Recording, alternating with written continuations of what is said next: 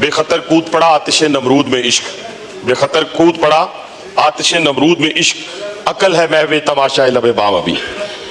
کل ہم نے قوم کے سامنے پریس کانفرنس بھی کی، انفارمیشن منسٹر صاحب بھی موجود تھے، اور اس میں کوئی دو رائے نہیں ہے جو لا منسٹر نے بات کی اور جو مولانا پتہ نہیں لکھتے ہیں ساتھ کے نہیں، حامد رضا صاحبزادہ حامد رضا صاحب، انہوں نے ہماری ترجمانی کی ہے،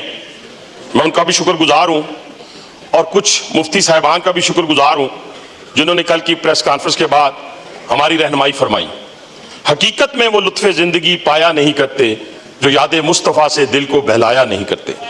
یہ تو ممکن نہیں ہے جناب اسپیکر، جیسے آپ نے اپنے جذبات کا اظہار کیا کہ نبی پاک صلی اللہ علیہ وسلم کی ناموس پر ہماری جانیں، مال اور ہمارے بچے، جب یہ سارے ہمارا ایمان کا حصہ قربان کریں گے تو پھر ہمارا ایمان مکمل ہوتا ہے۔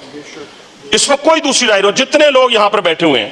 ایون یہاں پر جو ہمارے منورٹی سے تعلق رکھنے والے لوگ ہیں، وہ بھی اس بات کا عقیدہ رکھتے ہیں۔ میری گزارش یہ ہے کہ جو فتووں والی بات ہے اس پہ تو یہاں پہ کسی کو کوئی کسی قسم کا اتفاق نہیں ہوگا کہ ہر شخص اپنی اپنی فیکٹری لگا لے اور وہ فتوے جاری کرتا جائے، اپنی ذاتی لڑائی کو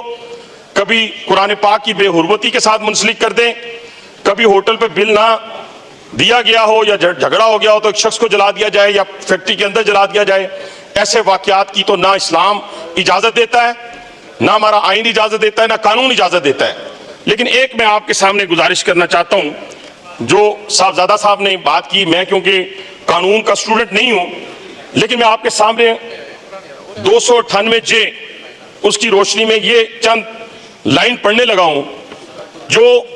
علماء کرام نے بھی ہماری رہنمائی کی ہے، اور کچھ تھوڑا بہت پڑھنے کی روشنی میں بھی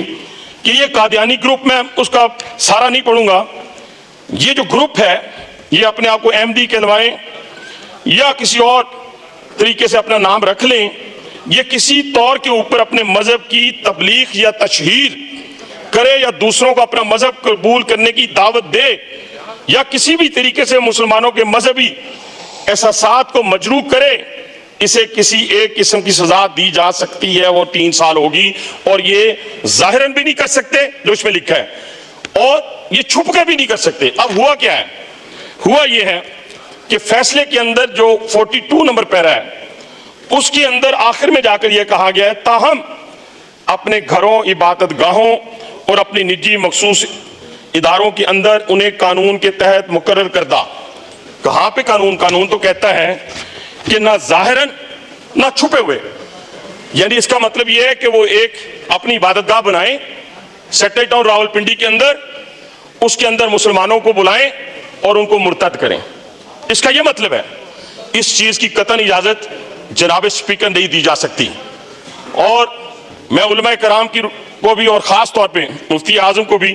کہ آپ پاکستان کی تاریخ بھری پڑی ہے پارٹیشن سے پہلے بھی اور بعد میں بھی، کہ جنہوں نے 77 کی موومنٹ ہو یا غازی علم الدین شہید کا نام ہو یا عامر شہید چیمے کا نام ہو، یہ سارے نوجوان تھے، یہ اپنے نبی کی حرمت پہ کٹ مرے۔ لیکن آپ آج ہمیں ہوش کے ناخن بھی لینے ہیں، جیسے لا منسٹر صاحب نے کہا، فوری طور کے اوپر کوئی کام اس سے زیادہ عزیز نہیں ہے، پارلیمانی کمیٹی بنے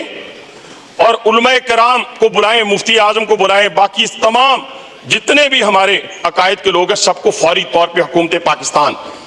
جس کی ذمہ داری ہے وہ اکٹھا کرے۔ اس کے بعد جس کنسنسس پہ آپ پہنچیں، اس کے بعد یہ ہم اپنے معزز جو جج صاحبان ہیں ان کے سامنے لے کے جائیں، اس کو ریویو میں لے کے جانا ہے، اس کو کون سا طریقہ اختیار کرنا ہے یہ لا کا اسٹوڈنٹ بھی جانتا ہے، جج بھی جانتے ہیں، سارے جانتے ہیں، لیکن اس کو نہ انڈر دا کارپٹ کیا جا سکتا ہے جناب اسپیکر،